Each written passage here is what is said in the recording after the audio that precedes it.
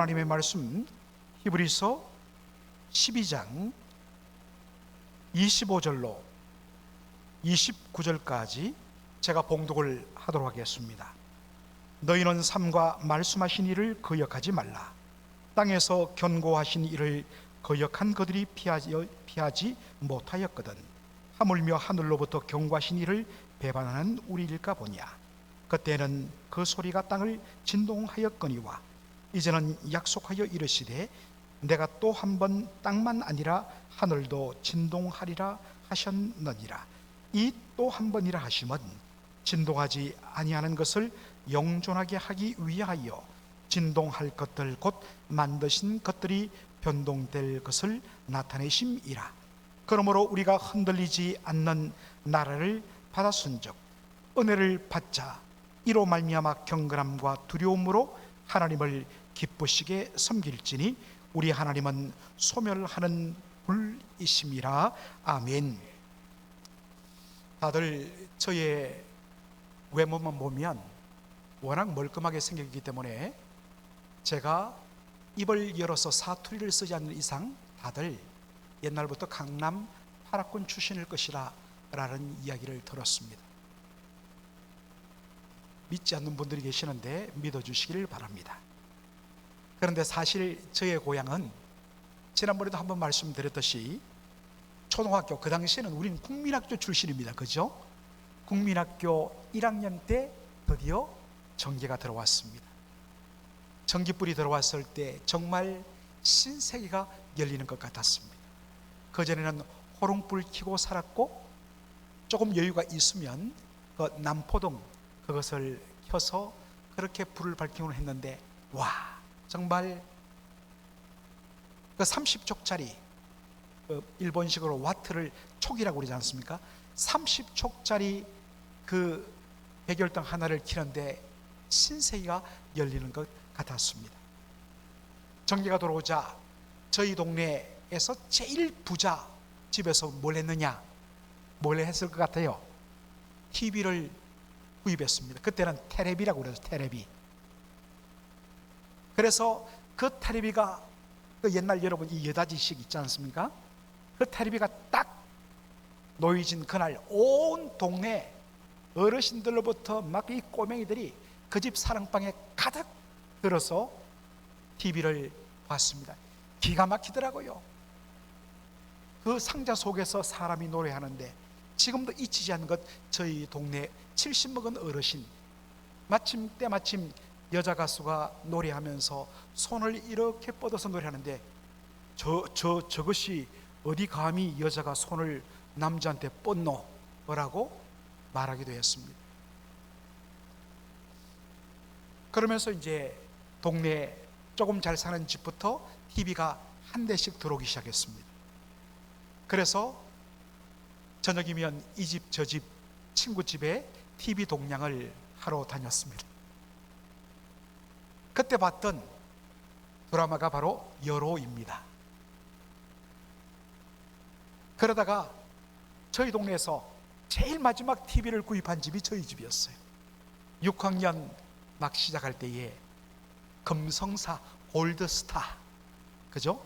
지금은 뭐 LG라고 이야기하는데 그때는 골드스타였습니다. 금성사 이렇게 TV를, 그것도 흑백 TV 왔는데 밤에 잠을 못 잤어요. 그래서 밤에 동해물과 백두산이 애국가 놓을 때 손을 얹고 마지막 부르고 또 잠을 자고 그랬던 기억이 납니다. 그런데 문제는 저희가 사는 동네는 시골 동네이기 때문에 서울이라든지 대도시에는 워낙 전파가 강하기 때문에 TV가 잘 잡히는데 이 시골 지역이라서 TV 전파가 잘 잡히질 않는 겁니다. 그래서 여러분들 옛날에 다 그 지붕에다가 뭘 달았습니까? 안테나 달았죠. 이렇게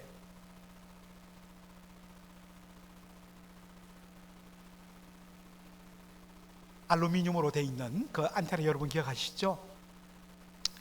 그런데 첫 번째 설치할 때는 너무나 잘 왔는데 TV 기사가 가고 그 다음날 아침에 TV를 펴니까 사람 모양이 요렇게 돼요. 알고 봤더니 밤사이에 바람이 불면서 이 안테나가 돌아간 겁니다. 그러면 막내에 절을 시킵니다. 야, 막내 나가봐라 해서 추운데 슬리퍼 신고 나가서 자, 오른쪽으로 오른쪽으로 오른쪽으로, 아이고 안 된다, 왼쪽으로 왼쪽으로, 이런 식으로 해서 한 5분 실험하다 막 야, 놓은다 놓은다 하면 들어가서 TV를 봤던 그 시절이 아직도 생생합니다. 그런데 여러분들, 그 시절 골드스타, 금성사, 흑백 TV 그것과 비교해서 요즘 어떻습니까? 칼라는 말할 것도 없고, 요즘에는 HD TV, 하이 덴시티 TV라고 그래서 여성분들의 이 모공, 피부의 구멍까지 다 보이는 그 정도로 아주 탁월한 그런 모니터들이 나왔습니다. 이제 더 이상 이렇게 안테나가 필요 없습니다. 얼마나 전파가 이 위성을 통하여 잘 들어오는지. 그런데 여러분들, 이런 문명을 누리다가 다시 여러분들이 옛날 흑백 TV로 돌아가서 잘 안 놓으면 그 알루미늄 안테나를 돌리면서 추억에 잠기면, 야, 그때 그래도 추억이 있었지, 여러분 그러겠습니까? 그것은 여러분들 TV의 한 장면에서 보거나 아니면 그 옛날의 시대를 보여주는 박물관에서 잠시 추억에 잠길 뿐이지, 여러분 그것을 여러분의 삶으로 들어갈 리는 없다는 것입니다. 바로 이것이 히브리서 저자가 이 편지를 받고 있는 초대교회 당시 예수님을 메시아로 믿었던 유대교 출신 신자들에게 주는 메시지였습니다. 유대교는, 율법은 장차 올 좋은 일의 그림자란 것입니다. 장차 올 좋은 일은 무엇입니까? 바로 하나님이 약속하신 그 메시아 예수 그리스도가 오시고 그의 십자가와 부활을 통하여 우리가 제사함받고 구원받고 우리가 하나님 나라 백성이 되고 영생을 누리는 것, 이것이 장차 올 좋은 일인데, 구약의 여러 율법과 제사제도는 장차 올 좋은 일의 뭐다? 그림자다 말입니다. 그런데 실체 대신 예수님이 오셨어요. 그분이 십자가에서 피 흘려 죽으시고 우리의 모든 죄값을 다 지불하시고 사망 권세 이기시고 부활하셔서 믿는 자에게 놀라운 영생을 주셨습니다. 이런 은혜를 받은 우리가 예수님께서 십자가에서 단번에 영원한 속죄, once for all atonement, once for all, 한 번에 모든 것을 다 속죄하는 놀라운 영단번 속죄를 이루었습니다. 이 놀라운 은혜를 받은 우리가 다시 구약 시대로 돌아가서 1년에 단 하루 성막에 대속죄일에 들어가서 희생제물의 피를 가지고 들어가서 피를 뿌리면서 죄사함 받는 그 일을 행한다는 것이 얼마나 어리석냐 하는 것입니다. 사실은 히브리서는 처음부터 끝까지 이 내용을 반복적으로 다양한 각도에서 이야기하고 있습니다. 그런데 이제 편지를 마무리하면서 히브리서 저자는 마지막으로 한 번 더 다른 각도에서 이것을 말합니다. 히브리서 12장 25절 말씀 다 같이 읽겠습니다. 너희는 삼가 말씀하신 일을 거역하지 말라. 땅에서 경고하신 일을 거역한 그들이 피하지 못하였거든 하물며 하늘로부터 경고하신 일을 배반하는 우리일까 보냐. 자, 히브리서 저자가 너희는, 이 편지를 받는 바로 유대교 출신의 신자들은 너희는 삼가 누구를 거역하지 말라? 말씀하신 이를 거역하지 말라. 여러분, 여기 말씀하신 이가 누구일까요? 이것은 바로 히브리서 1장 1절로 2절로 돌아가야 한다는 것입니다. 지금 히브리서를 마무리하면서 다시 말씀하신 이, 히브리서 제일 처음에 이야기했던 바로 그 말씀하신 이를 기억하도록 히브리서 저자는 말합니다. 자, 히브리서 1장 1절로 2절 다 함께 읽겠습니다.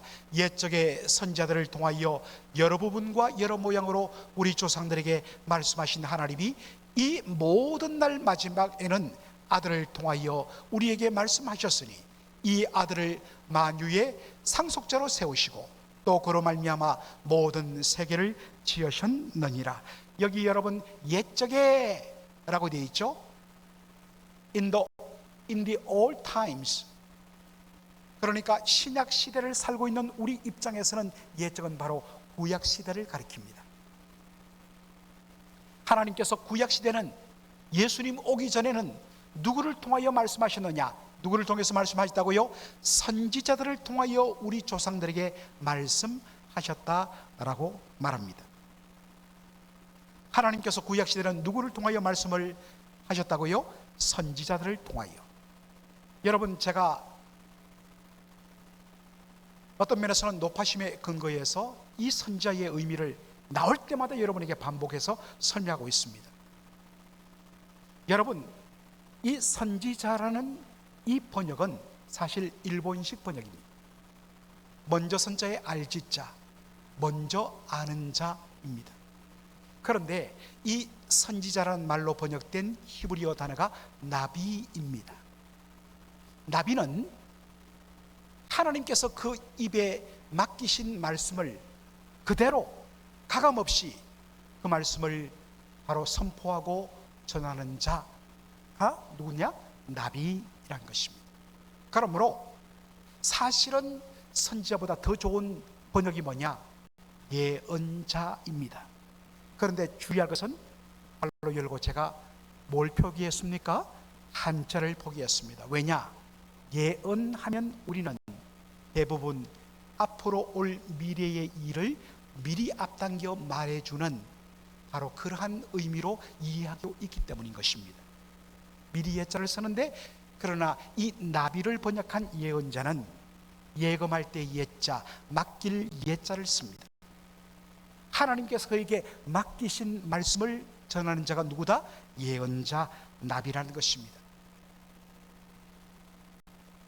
하나님께서 구약시대는 바로 하나님의 예언자, 말씀을 맡긴 자들을 통하여 말씀을 전했습니다. 그런데 여러분, 우리가 선지자, 예언자 하면 우리는 이사야, 예레미야, 에스겔, 다니엘과 같은 하나님의 사명을 받아서 말씀을 전문적으로 전하던, 우리로 말하면 목회자들, 신학교육 받고 목사 안수 받아서 말씀을 전하는 목회자, 그러한 것으로 우리는 선지자를, 예언자를 한정합니다. 그러나 아까도 말했지만 예언자라는 것은 하나님께서 말씀을 전하라고 맡겨 그 말씀을 전하는 자가 다 예언자입니다.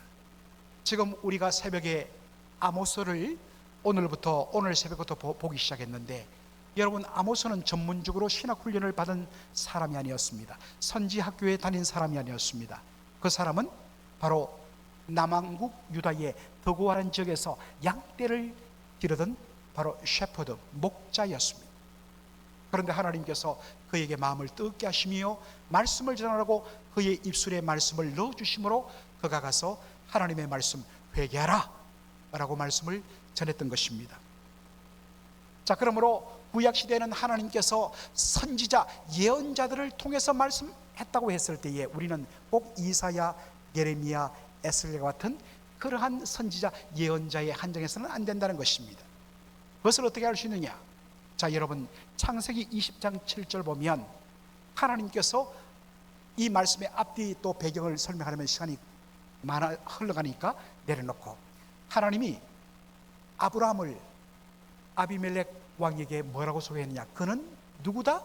그는 선지자다.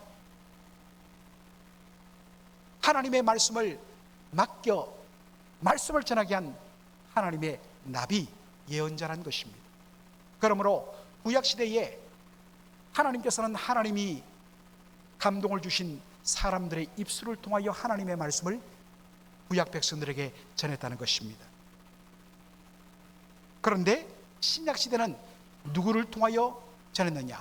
자, 여러분, 여기 잘 보시면 신약시대를 어떻게 표현합니까? 이 모든 날 마지막에는 옛적 곧 구약시대의 반대로서 바로 신약인데, 왜 신약시대를 이 모든 날 마지막이라고 이야기할까? 여러분, 여기에 마지막은 시간적으로 끝을 말하는 것이 아닙니다. 바로 완성을 말해요. 완성. 다 이루었다, 다 완성했다라는 말입니다. 다 완성했기 때문에 완성이란 것은 부족함이 없는 것입니다. 그렇기 때문에 하나님께서 이 신약시대는 누구를 통하여 말씀하셨다고요? 하나님의 아들을 통하여 우리에게 말씀하셨는데, 그때를 모든 날 마지막이라고 한 것은 하나님께서 이 하나님의 아들 예수를 통하여 우리에게 주신 이 말씀이 완전하여서 그 외에 다른 말씀이 필요 있다 없다? 없다라는 것입니다. 그러므로 우리는 바로 하나님의 말씀, 창세기로부터 요한계시록까지 66권의 말씀 외에 하나님께서 더 이상 다른 말씀을 우리에게 계시로 주지 아니했다는 것을 믿습니다.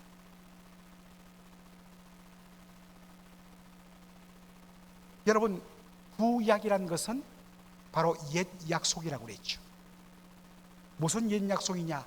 하나님께서 장차 메시아를 보내셔서 그를 통하여 우리를 죄와 사망에서 구원하겠다는 바로 약속과 예언의 말씀으로 가득 찬 것이 뭐냐? 구약 성경입니다.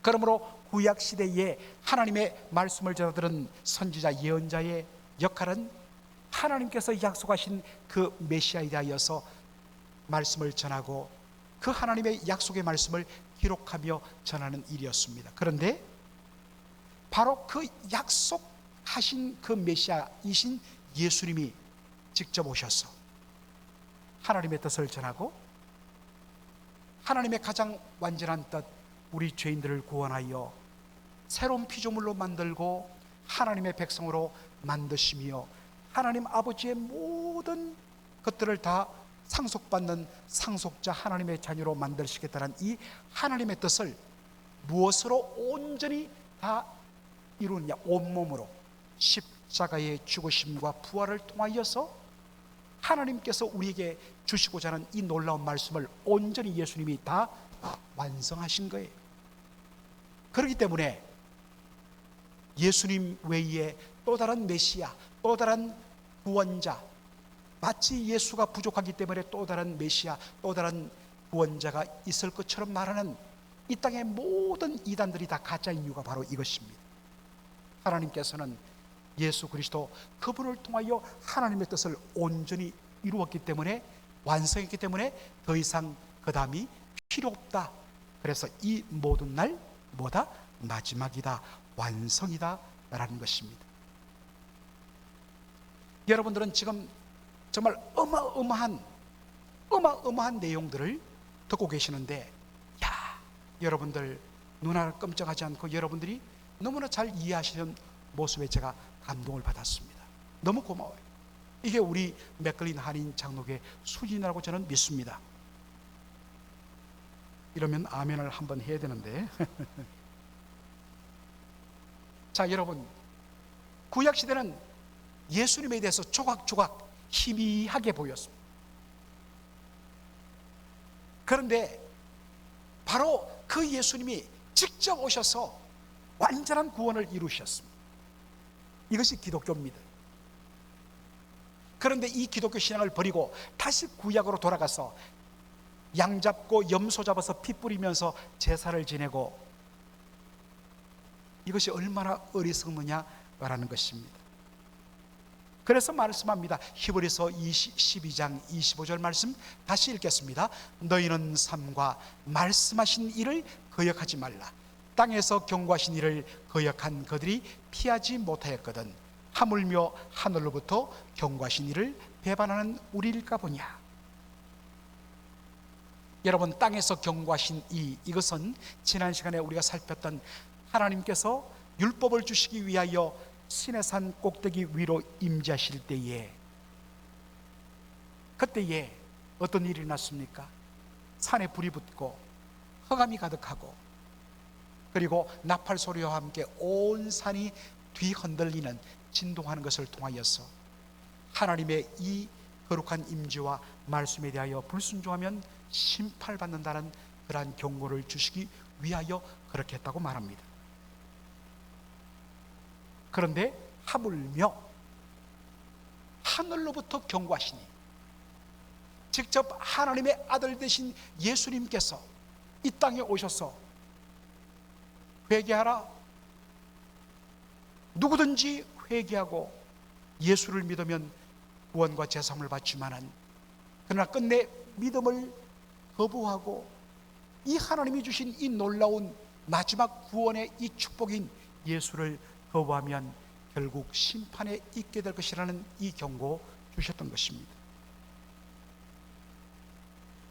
하나님께서 주신 이 놀라운 구원의 복 예수를 믿지 않고 거부하는 자는, 그 놀라운 믿음을 저버리고 다시 옛날로 돌아가는 사람은 결코 심판을 면치 못할 것이라고 말씀하는 것입니다. 위협이 아니라 너무나 안타까웠어. 너무나 안타까웠어. 지금 이 말을 하는 히브리서 저자의 심정을 여러분 보시기 바랍니다. 이미 남북의 모든 경제와 국력 그리고 문화의 수준은 완전히 다 확연하게 드러났습니다. 몇십 대 1로 차이가 났습니다. 그런데 이 놀라운 복을 저버리고 정말 저 어둠의 동토로 들어가려는 그런 젊은이를 볼 때 얼마나 애탑니까? 거기 가면 죽는데, 너희 거기 가면 죽는다고 왜 그러냐고. 이것이 지금 히브리서 저자의 마음이라는 것입니다. 목회자의 입장에서 영적으로 기도하며 바라볼 때에 우리 성도들 가운데 그런 분이 너무나 많습니다. 저 길로 가면 죽는데, 저렇게 고집하면 망하는데, 조금 힘들고 조금 속상하고 조금 어려워도 참고 오직 주님만 바라고 한 걸음 더 앞으로 도리어 나가면 사는데,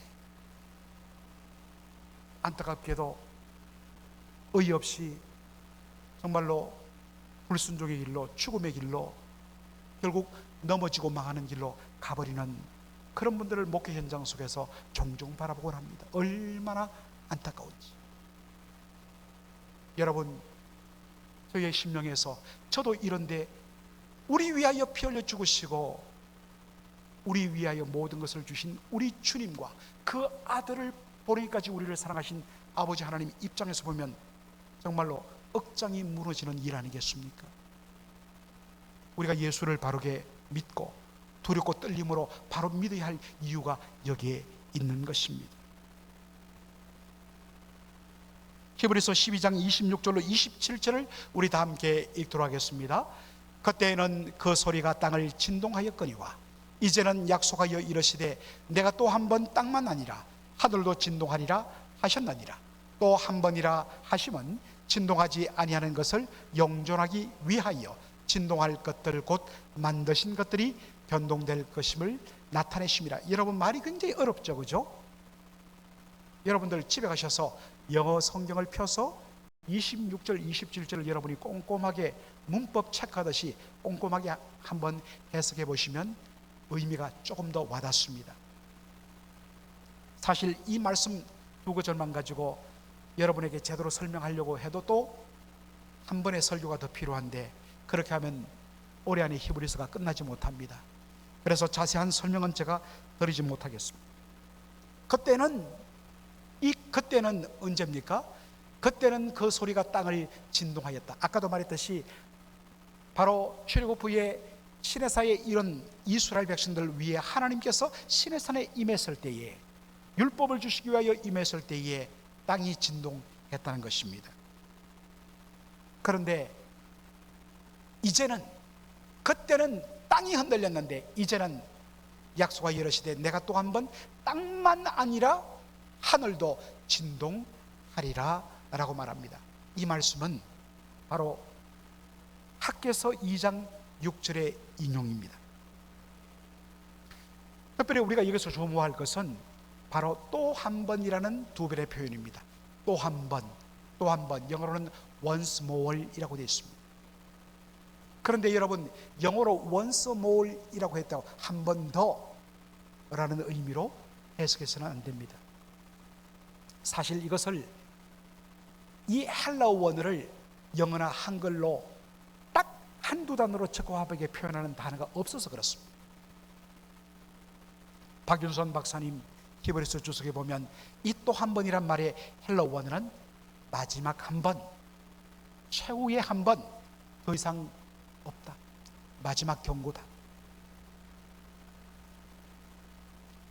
이것은 이제 마지막으로 하나님께서 경고하는 것이다.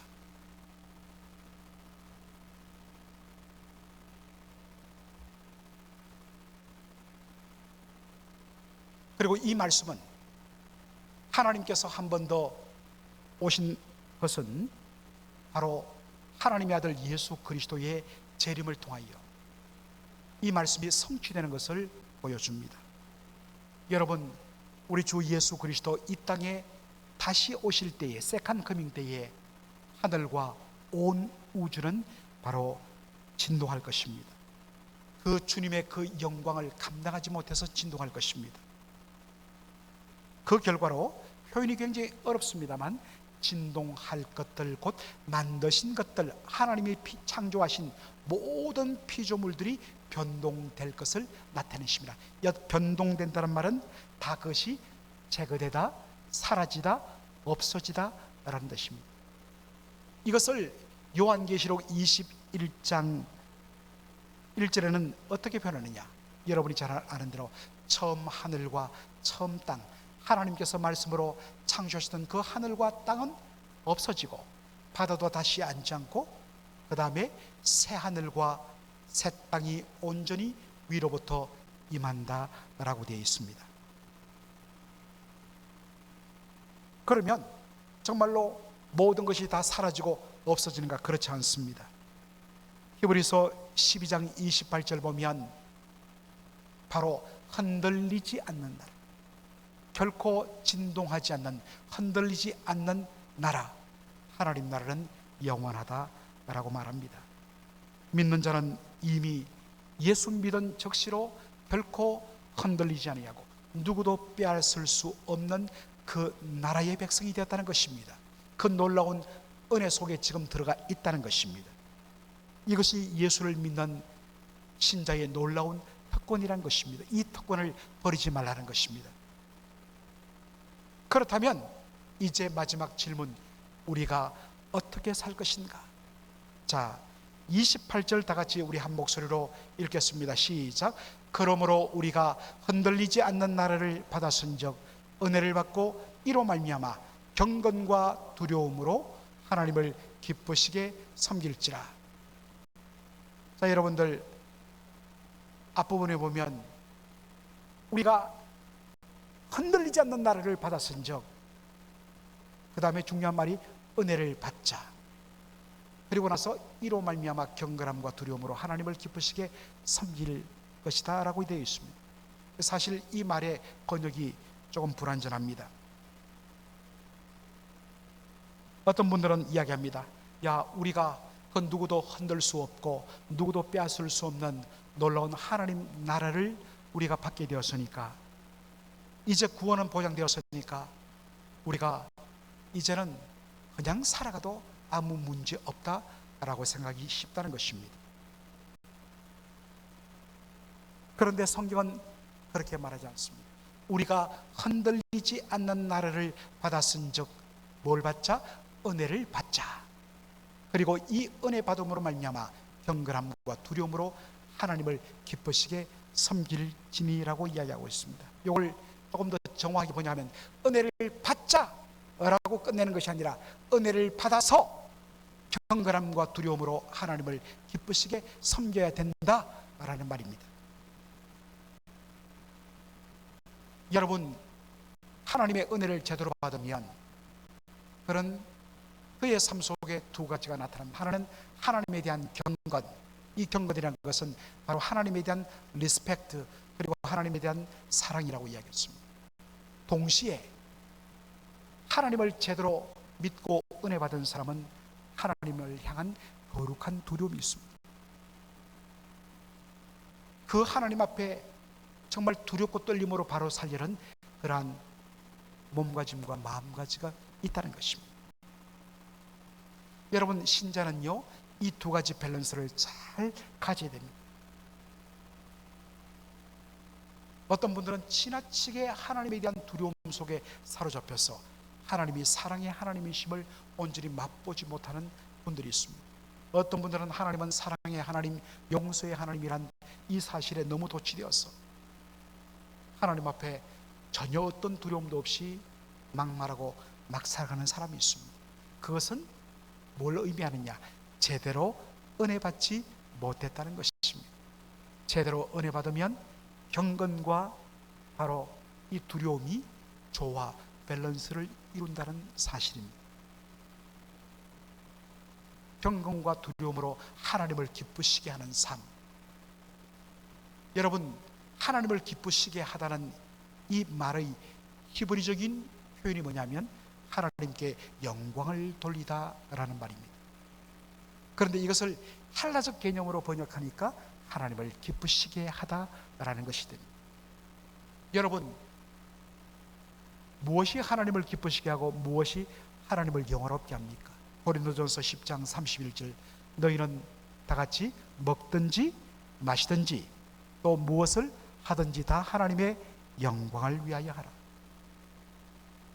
우리의 일상의 모든 삶 가운데서 하나님을 기쁘시게 하는 것, 하나님께 영광을 돌리는 삶, 이게 뭐냐면 하나님을 뭐하는 것이다? 섬기는 것이다. 놀랍게도 여기에 섬긴다는 말은 바로 제사장이 하나님 앞에 성전에서 예배를 드리고 제사를 드릴 때 쓰는 표현입니다. 참된 예배는 무엇으로부터 시작하느냐? 우리의 일상의 경건, 먹든지 마시든지 무엇을 하든지 다 하나님의 영광을 위하여 하나님을 기쁘시게 하는 삶, 이것이 바로 하나님을 기쁘시게 하는 삶의 예배란 것입니다. 이것이 채워졌을 때 바로 주일날 우리가 나와서 영광의 하나님 앞에 공동체가 모여서 예배를 드리는 것이지.